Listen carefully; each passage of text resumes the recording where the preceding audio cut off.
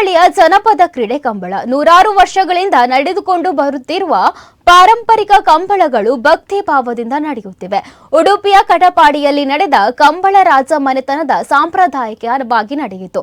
ಇಂತಹ ದೈವ ಕಂಬಳ ಉಡುಪಿ ಜಿಲ್ಲೆಯ ಭಯ ಭಕ್ತಿ ನಡೆಯುತ್ತಿದೆ. ತುಳುನಾಡಿನ ಆರಾಧನಾ ಜಾನಪದ ಕ್ರೀಡೆ ಕಂಬಳ ಇತ್ತೀಚಿನ ದಿನಗಳಲ್ಲಿ ಷರತ್ತುಬದ್ಧವಾಗಿ ತುಳುನಾಡಿನಲ್ಲಿ ಕೆಲವೆಡೆ ಕಂಬಳ ಕ್ರೀಡೆ ಪ್ರತಿಷ್ಠೆಯ ಕ್ರೀಡೆಯಾಗಿ ನಡೆಸಲ್ಪಡುತ್ತಿದ್ದರೆ, ಇನ್ನು ಕೆಲವೆಡೆ ದೈವದೇವರ ಹೆಸರಿನಲ್ಲಿ ಆರಾಧನೆಯ ಕ್ರೀಡೆಯಾಗಿ ನಡೆಯುತ್ತಿದೆ. ಕರಾವಳಿಯ ಹೆಚ್ಚಿನ ಅರಸು ಮನೆತನಗಳಲ್ಲಿ ಕೃಷಿ ಚಟುವಟಿಕೆಯ ಬಳಿಕ ಕಂಬಳ ಸಂಪ್ರದಾಯವಾಗಿ ನಡೆದು ಬಂದಿದೆ. ಈಗ ಅರಸು ಮನೆತನಗಳು ಅಳಿದರೂ ಸದ್ಯ ಆಯಾ ಮನೆತನಕ್ಕೆ ಸೇರಿದವರು ಕಂಬಳ ಸಂಪ್ರದಾಯವನ್ನ ಮುಂದುವರಿಸುತ್ತಿದ್ದಾರೆ. ಶತಮಾನಗಳ ಇತಿಹಾಸವಿರುವ ಉಡುಪಿ ಜಿಲ್ಲೆಯ ಕಟಪಾಡಿ ಕಂಬಳ ಸಮಿತಿಯ ಅಡಿಯಲ್ಲಿ ನಡೆದ್ರೆ ಈ ಬಾರಿ ಮಾತ್ರ ಸರಳವಾಗಿ ಸಂಪ್ರದಾಯಬದ್ಧವಾಗಿ ನಡೆಯಿತು. ವರ್ಷಂಪ್ರತಿಯಂತೆ ಹಲವು ಕೋಣದ ಮಾಲಕರು ಕಟಪಾಡಿ ಕಂಬಳದಲ್ಲಿ ಕೋನವನ್ನ ಓಡಿಸಿದ್ದಾರೆ. ಮೂಡುಪಡು ಜೋಡುಕೆರೆ ಕಂಬಳ ಸಾಂಪ್ರದಾಯಿಕ ಕಂಬಳ ಒಳ್ಳೆಯ ರೀತಿಯಲ್ಲಿ ಅದ್ದೂರಿಯಲ್ಲಿ ನಡೆಯಿತು. ಕಂಬಳ ಮಹೋತ್ಸವದಲ್ಲಿ 15 ಜೊತೆ ಕೋಣಗಳು ಪಾಲ್ಗೊಂಡಿದ್ದವು. ಅದರಲ್ಲಿ 11 ಜೊತೆಗೆ ಸ್ಪರ್ಧೆಗೆ ಏರ್ಪಾಡಾಗಿತ್ತು. ಅದರಲ್ಲಿ ಸ್ಪರ್ಧೆ ನಡೆದು ಎರಡು ಕೋಣಗಳು ವಿಜೇತರಾದವು. ಒಂದು ಫಸ್ಟ್ ಹಾಗೂ ಒಂದು ರನ್ನರ್ ಅಪ್. ಸಾಂಪ್ರದಾಯಿಕ ಕಂಬಳ ಅಂತ ಹೇಳಿದರೆ ಇಲ್ಲಿ ದೈವದೇವರುಗಳಿಗೆ ಪ್ರಾಮುಖ್ಯತೆ ಜಾಸ್ತಿ. ಮನೆ ಒಳಗಿರುವ ಪಂಚದೈವಗಳು, ಹೊರಗೆ ಮೇಲೆ ಗುಡಿಯಲ್ಲಿರುವ ಮಂಜೊಟ್ಟಿ, ಜುಮಾದಿಯು, ಹಾಗೆ ನಾಗಬ್ರಹ್ಮರು, ಆದಿಮ ನಾಗಬನ ಇತ್ಯಾದಿಗಳಲ್ಲಿ ಈ ಬೀಡಿನ ವಠಾರದಲ್ಲಿ ಇರುವುದೇ ದೈವದೇವರುಗಳ ಗುಡಿಗಳು. ಹಾಗಾಗಿ ಇಲ್ಲಿ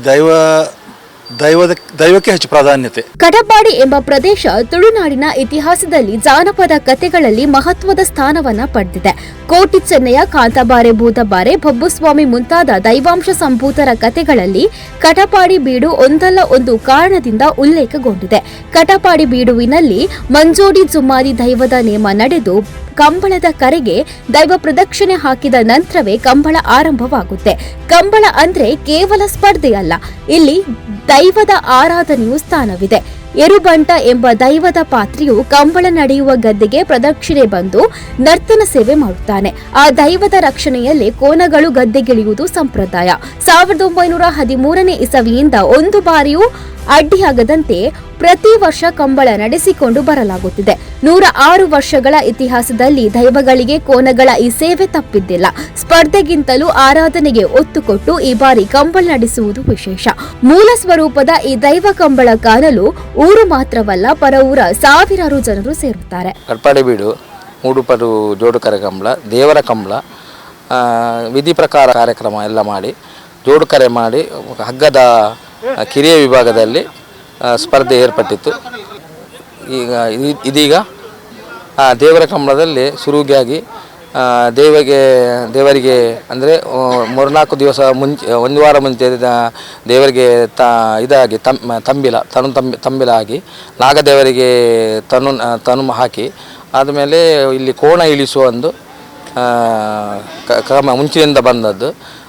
ಸುರಿನದಾಗಿ ಕಟ್ಪಾಡಿ ಬೀಡಿನ ಕೋಣಗಳು ಗದ್ದೆಗೆ ಇಳಿಯುವುದು, ಆದಮೇಲೆ ಊರಿನ ಕೋಣ ಎಲ್ಲ ಸ್ಪರ್ಧೆ ಅಂದರೆ ಮುಂಚಿನ ಇಳಿತಾರೆ. ಕೃಷಿ, ಧಾರ್ಮಿಕತೆ ಮತ್ತು ಜಾನಪದ ಈ 3 ವಿಷಯಗಳೊಂದಿಗೆ ಕಂಬಳ ಕ್ರೀಡೆ ಸೇರಿಕೊಂಡಿದೆ. ಕೋನಗಳನ್ನು ಮನೆಯ ಮಕ್ಕಳಿಗಿಂತಲೂ ಪ್ರೀತಿಯಿಂದ ಸಾಕಿ 2 ತಿಂಗಳುಗಳ ಕಾಲ ಪಣಕ್ಕಿಟ್ಟು ಹೋರಾಟ ನಡೆಸುವ ಕಂಬಳ ಒಂದು ಅಪರೂಪದ ಆಚರಣೆ.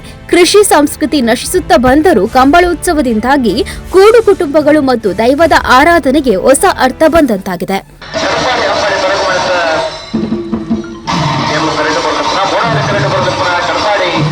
ಅಂಬಾಡಿ ಬರಗು ಮನೆತ ಬಂದದ ಇಂಡಿಯನ್ನು ಕರೆಟ ಬರುತ್ತದೆ. ಮೋಡ ಎಂದು ಕರೆಟ ಬರುತ್ತನ ಕಟ್ಪಾಡಿ ಮೋಡ ಬೆಟ್ಟದೆಂಬು ಕರೆಟ ಬರುತ್ತದೆ.